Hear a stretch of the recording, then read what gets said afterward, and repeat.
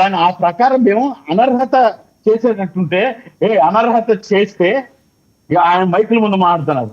ఎవరు గెలుస్తాడు పులివెందుల్లో? సరే, ఒక్క విషయం నాగేంద్ర గారు, ఇది ఇది ఇదంతా కాదు కానీ ఇప్పుడు ఇస్తే ఏంటి మీకు ప్రాబ్లం? నేను ఒక మాట అడుగుతా, ఇస్తే ఏంటని కాదు. ఒక మనిషికి నేను ఇంకా మాట్లాడలేదు సార్. నేను అంటే ఉన్నది వాళ్ళు కూటమిలో ఉన్నారు, మీరు ముగ్గురు వెళ్ళి అక్కడ ఏవో సార్ మన ఒంట్లో ఏ మాత్రం ఇంగిత జ్ఞానము కొంచెం ఉన్న విచక్షణ ఉన్నా కాదు ముఖాన్ని ఉమ్మినా గానీ మీరు ఇయ్యాలా అని చెప్పి గుడ్డగాల్సిన ఏంటండి? ప్రజలు ఇయ్యలేదా బాబు మిమ్మల్ని, మీకు ఆ స్థానం లేదు అని. మీకు ఇంకో స్థానం ఇచ్చారు. మీ 11 సీట్లు వచ్చింది, ఈ సీట్లలో కూర్చొని మీరు ఏమైనా ప్రశ్నించవచ్చు. ఇదిలో అడుస్తున్నారు ఎందుకు?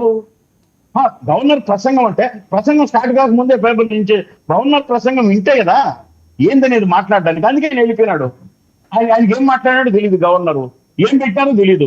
గవర్నర్ ప్రసంగం విని కదా ఇప్పుడు ఇది ఇలా అన్నారంటే అలా అన్నారండి అని శేఖర్ రెడ్డి అన్న మాట్లాడేది.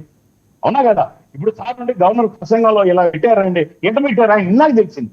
అసలు మీరు వినాలి కదా, మీ 11 నియోజకవర్గాల యొక్క ప్రజల యొక్క గోడు వినాలి కదా. మిమ్మల్ని అయితే గెలిపించినారు కదా. నేను 100 సార్లు చెప్పినాను, మీరు పర్సనల్ గా మీ వ్యక్తిగతంగా మిమ్మల్ని మాట్లాడే వాళ్ళు ఎవరు ఉండరండి. సార్ నాకు ఒక 1 మినిట్ సార్, నాకు ఖచ్చితంగా కావాలి.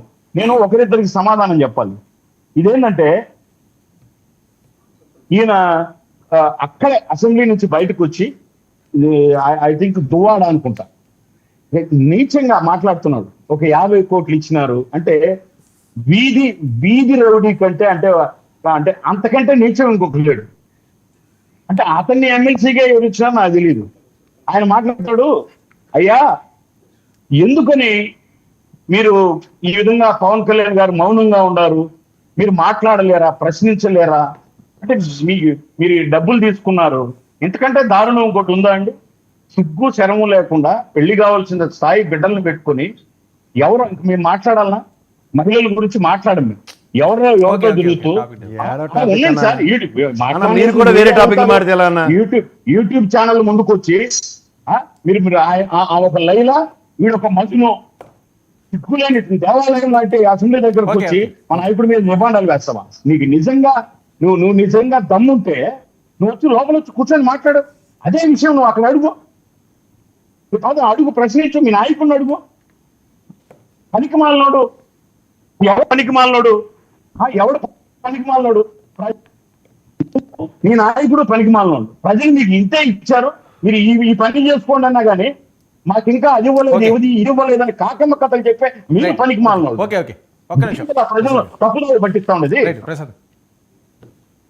అంటే ఆయనకి మైక్ ఇవ్వగానే ముందు మాట్లాడిన ఒకటి ఉంది, నాగేంద్ర అన్న చాలా క్లియర్గా చెప్పాడు.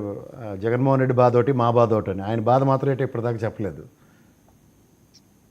మా బాధ వైఫై అదే చెప్పింది, వైఫై పని చేయలేదు. ఆయన ఏదో మాట్లాడు శేఖర్ రెడ్డి అన్న, మీరేందో మాట్లాడలేదన్నా.